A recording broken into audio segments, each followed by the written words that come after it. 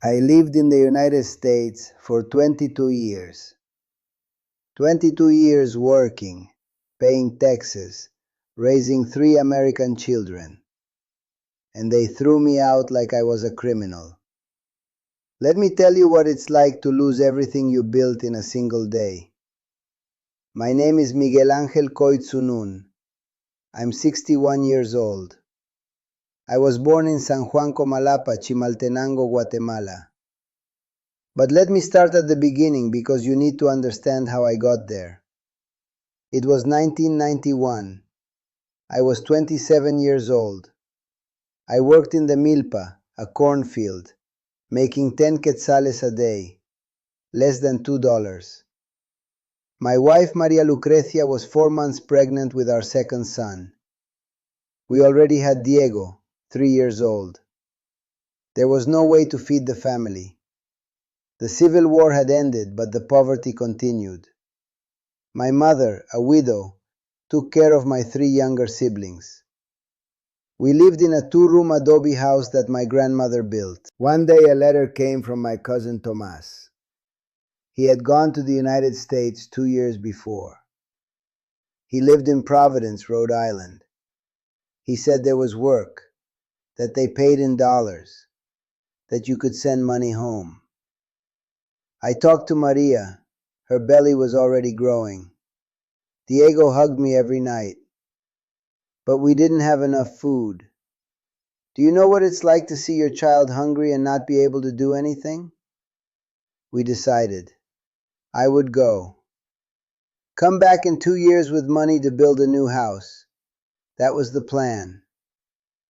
The last morning my mother made tortillas at 4 in the morning. The smell filled the house. Diego slept in my arms, heavy, warm. Maria held my hand. Her hand was cold. The rooster crowed. The fog covered the mountain. My mother looked at me and said, Vaya pues, pero acuérdese que aquí lo esperamos. Go then, but remember that we're waiting for you here. I promised. Vuelvo en 2 años con dinero para la casa nueva, te prometo. I'll be back in 2 years, I promise. I never came back. I took a bus to Mexico City. From there, another bus to Altar, Sonora, then Nogales, the border. I paid $2,400 to a coyote, borrowed money. My mother put the house up as collateral with a loan shark. I tried to cross 3 times. First time, June 1991. Border Patrol caught me in 6 hours. Deported. Second time, July. I got lost in the desert. The coyote abandoned the group. I almost died of thirst. My tongue swollen, cracking. The sun burning my skin. Rescued and deported. Third time, August. This one was different, more dangerous. A route nobody wanted to take. Second night it was dark. We were running. I jumped over a barbed wire fence without seeing it right. The wire ripped my ankle. Deep. Blood soaked my shoe in seconds. Pain I had never felt. The coyote looked back and said, O te quedas o sigues, no hay tiempo. Either you stay or you keep going. There's no time. I ripped the sleeve off my shirt, tied it tight around my ankle, kept running. Every step was agony, blood leaving a trail in the desert. I thought I was going to lose my foot. 3 days limping, never treated it properly. When I got to Phoenix, I cleaned it with soap and water, tied a rag around it. It got infected, left a purple keloid scar that I have to this day. On that crossing, I saw a Salvadoran man, Mauricio, 24 years old, pass out from heat stroke. He had convulsions. The coyote left him there. We kept going. I never knew if he survived. I still dream about it. August 23, 1991. 3 in the morning. I crossed near Gila Bend, Arizona. I arrived in Providence on August 26th. My cousin Tomas's apartment on Cranston Street. 8 Guatemalans in a 2-bedroom apartment. I slept on the living room floor. A mattress I shared with another cousin. 2 days later, August 28th, I was already working. Landscaping for an Irishman, Mike O'Brien. $5 an hour. Cash. Raking, carrying bags of mulch, digging holes. 13 hours a day. $65. I didn't speak English. He would yell and point. I obeyed. Can you imagine? Arriving in a country not speaking the language, working until dark, sleeping on a floor with 7 strangers, waking up and doing it all over again. But I had a reason. Family in Comalapa. Maria pregnant. Diego growing. I sent $400, $500, $600 a month. Everything left over after paying for a room and food. In 1992, I bought a fake Social Security. $200. A Mexican guy on Federal Hill. A number that started with 045. Arizona. Fake name, Miguel Angel Mendez. I worked like that for 6 years. Until 1997, when Maria came. She crossed with Diego, who was now 9 years old. We paid $4,500 for the coyote. It was dangerous to bring a child, but the family had to be together. We rented an apartment, Manton Avenue, Olneyville, Providence. 2 bedrooms, $575 a month. It was ours. October 18th, 1991, Kevin was born. Women and Infants Hospital, Providence. American citizen. When they put him in my arms, all red, crying, I looked at Maria and thought it was worth it. April 3rd, 2000, Ashley was born. Another American. My little princess. In 1995, I started at Green Meadow Landscaping. Jim Sullivan, the owner. Irish, graying red hair, pot-bellied. Good boss. Paid on time. Provided decent equipment. Called me Mike because he couldn't pronounce Miguel Angel. I worked there 18 years. 18. Commercial lawnmower, pruning shears, shovel, hoe. Rhode Island sun burning my skin. Back aching. Hands destroyed from holding tools so much. But it was honest work. I started making $7 an hour. When I was deported in 2013, I was making 18, $3,200 a month. I paid rent, food, the kids' school, sent $800 to my mother in Guatemala. And look, this is important. In 2003, a Guatemalan accountant convinced me to apply for an ITIN, Individual Taxpayer Identification Number, to file taxes even though I was illegal. She said, if you want citizenship one day, you have to prove you paid. So from 2003 to 2013, 10 years, I filed and paid federal and state taxes every year. $4,700 a year on average. Total, $47,000 and more. The employer deducted Social Security and Medicare from my paycheck every month. $8,200 a year times 10 years, $82,000. $129,000 paid in taxes and contributions over 10 years. I never got anything back. No tax refund. No Medicaid. No food stamps. Nothing. I kept all the tax returns in a blue folder under the bed, organized by year. Proof that I contributed. The kids grew up. Diego, Kevin, Ashley. Kevin played in the Providence Little League Wildcats team. He was a pitcher. I never missed a game. I'd leave work covered in grass, go straight to the field. I'd sit on the hot metal bleachers and yell, "Let's go, Kevin!" He'd pretend to be embarrassed, but he loved that I was there.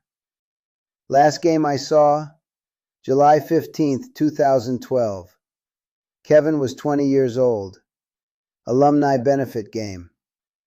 After the game, he gave me the red team cap. Wildcats 2012. I wear it to this day. Never took it off. It's completely deformed. But it's what I have of him. Because look, in 2005, Maria and I got divorced. The marriage couldn't take the stress. She fell in love with someone else. We kept living in the same apartment out of necessity, because of the kids.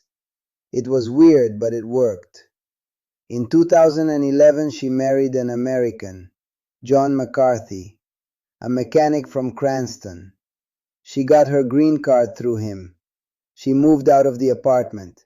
It was just me and Ashley. She was 11 years old. I worked from 6 in the morning to 6:30 at night, 6 days a week. I'd come home, Ashley doing homework at the table. She barely looked up. Teenager phase, you know. But she was there, safe, food on the table, roof over her head. Friday nights, when I got home from work, she'd run to the door yelling, "Papi, Papi," and jump on me, even with my clothes dirty from grass. I'd lift her in the air. She'd laugh. The smell of rice and beans I'd left on the stove in the morning. Her drawings on the fridge. The feeling of, I made it home. I have a family. It was worth it. But then came 2013. February. My neighbor, Maritza Sanchez, Dominican, was in an abusive relationship. Her boyfriend, Rafael, beat her. Everyone heard the fights. We called the police. They'd come. He'd leave. Come back the next day. February 25th, 11 at night. I woke up to a loud noise. Glass breaking. Her screaming, "Let go of me!" I ran out. I banged on the door. Rafael opened it. Drunk. I saw Maritza bleeding from her nose. I pushed him. I said, "Get out of here." He pushed back. A fight started. Maritza called the police. They came. Rafael was arrested. Maritza went to the hospital. Broken nose, cracked rib. The officer asked for my statement. I gave it. He said, "You're going to have to testify in court." I said, "Okay," not thinking, just wanting to help. March 6, 2013, Wednesday, 9:47 in the morning. I was at the Garrahy Judicial Complex, Rhode Island Superior Court, downtown Providence. I had received a subpoena to testify against Rafael. I woke up at 5 in the morning, nervous. I put on good jeans, a blue button-down shirt. I asked for the day off work. Jim approved. He understood it was important. Ashley went to school like normal. I didn't tell her what I was doing, didn't want to worry her. I took the bus. I got to the courthouse at 9, went through the metal detector, sat in the waiting room on the 3rd floor, hands sweating, legs shaking. Maritza was there too, still had a black eye, swollen nose. I was looking at the floor, thinking, just answer the questions and leave. There won't be a problem. 9:47. 2 men in suits walked in. One said, "Miguel Ángel Méndez?" I stood up. "Yes?" He showed a badge. "ICE, immigration. You have a warrant." My heart stopped. "Warrant? For what?" He said, "Unpaid traffic ticket, 2009. You didn't show up." I didn't even remember. I'd been pulled over once. Broken brake light. $50 ticket. I'd forgotten to pay it. That was 4 years ago. He said, "You're going to have to come with us." I looked at Maritza. She was crying. I had come to help her, to do the right thing. The agent put handcuffs on my wrists. The metal squeezed. Cold. Heavy. Do you know what it's like to be handcuffed in a courthouse full of people? Everyone staring. People you don't know thinking you're a criminal.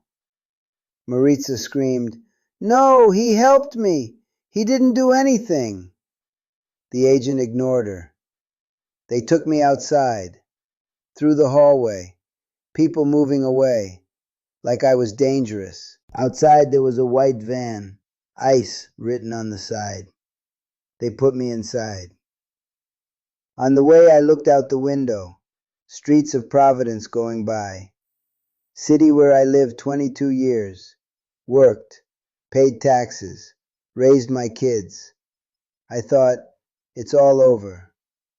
They took me to the Wyatt Detention Center in Central Falls, 30 minutes from Providence.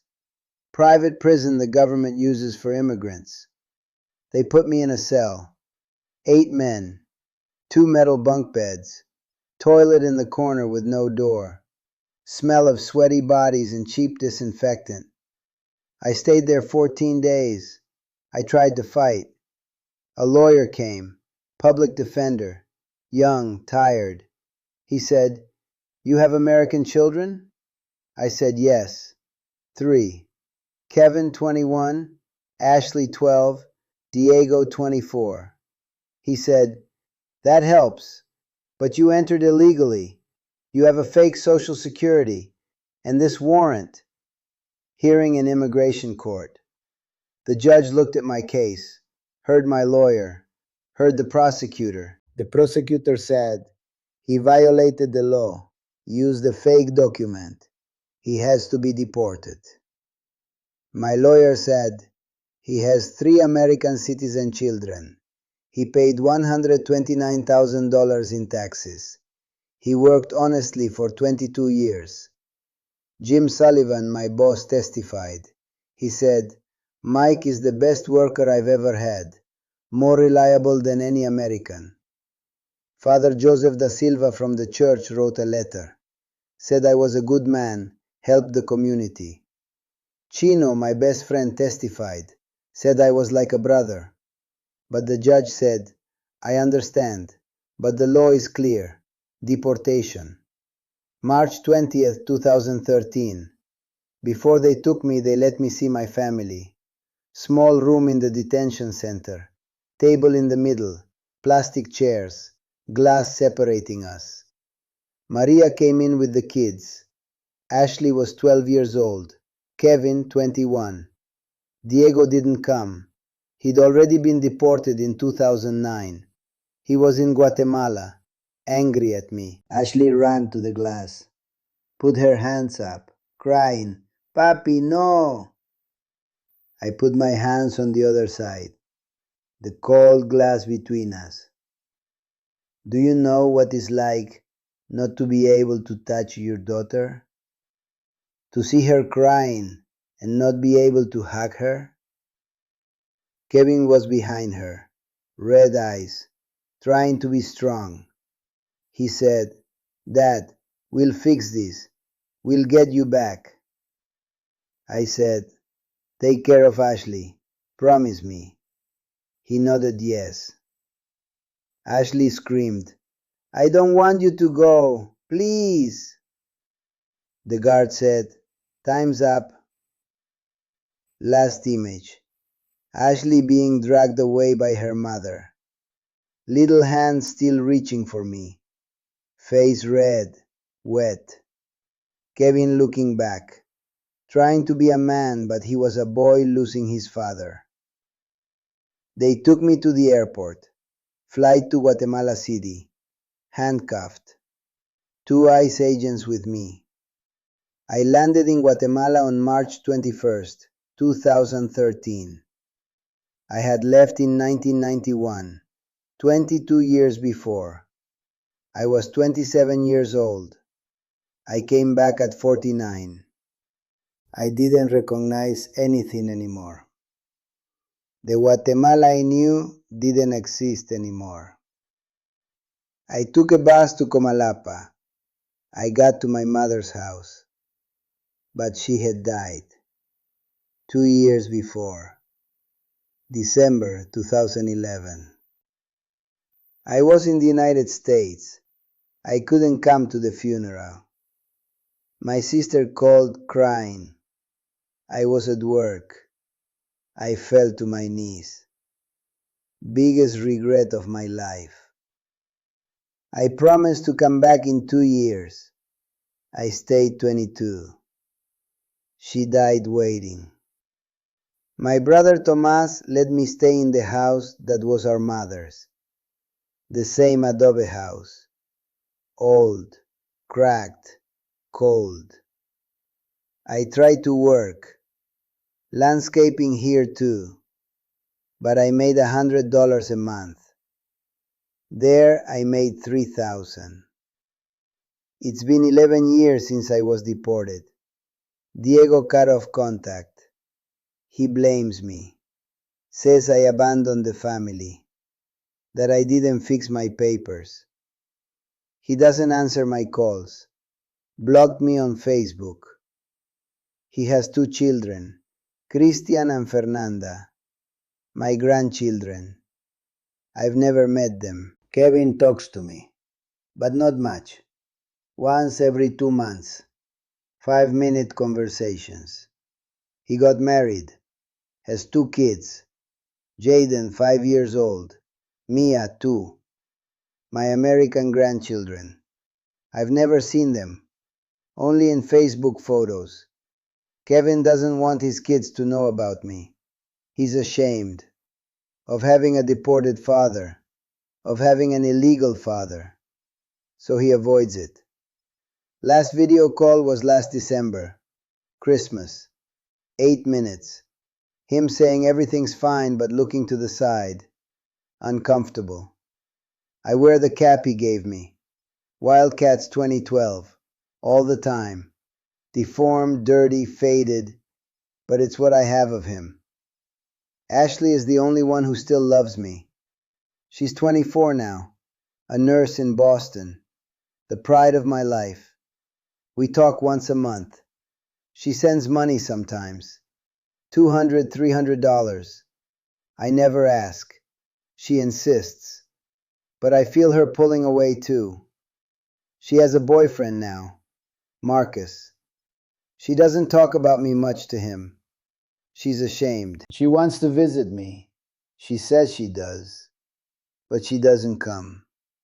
11 years. She hasn't come back. She calls crying sometimes.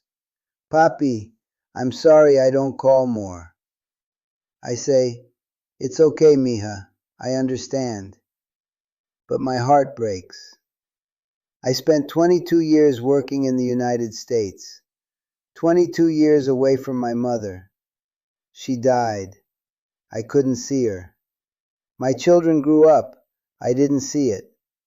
Now I have grandchildren. I don't know them. I paid $129,000 in taxes, never used public benefits, worked honestly, cut grass, planted trees, built gardens that are still there. And they threw me away for a $50 traffic ticket I forgot to pay. Is that fair? Do you think that's fair? Do you know what it's like to wake up every day in a country that's not yours anymore? Where even the language sounds wrong now. Can you imagine hearing your grandson speak and not understanding half of what he says?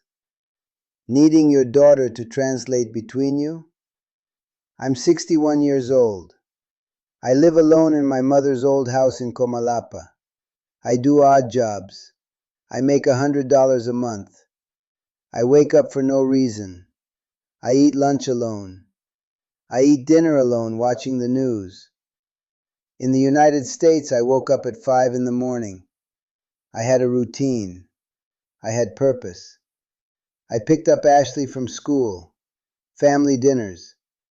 Sundays I played soccer. Fridays I got my paycheck. I had a life. Here I just exist. My mother said, Vaya pues, pero acuérdese que aquí lo esperamos. I thought she meant, go, make money, come back. But what she really meant was, go, but don't forget who you are, where you came from, your family, your roots. I forgot. I spent so much time being American that I forgot to be Guatemalan. And when I came back, I wasn't either one. What I want you to understand is this. Immigration isn't just crossing a border. It's splitting in two. Half of you stays there, half stays here, and you're never whole again. We build America. We cut grass, clean houses, cook food, take care of children, build buildings. Invisible work, but essential. And when they don't need us anymore, they throw us away, like garbage. I don't want pity. I want dignity. I want people to see that an immigrant worker isn't a criminal. He's a father, a mother, a grandfather. People who love, who cry, who sacrifice everything for their family. I'm Miguel Angel Koitzunun. I'm 61 years old. I'm from San Juan, Comalapa, Guatemala. I spent 22 years in the United States. I was deported 11 years ago. I have 3 American children, 5 grandchildren. I've never met 3 of them. If you thought this story was important, share it. Because there are millions of Miguels out there, and our stories need to be told. Tell me, after hearing all of this, do you still think I deserve to be deported?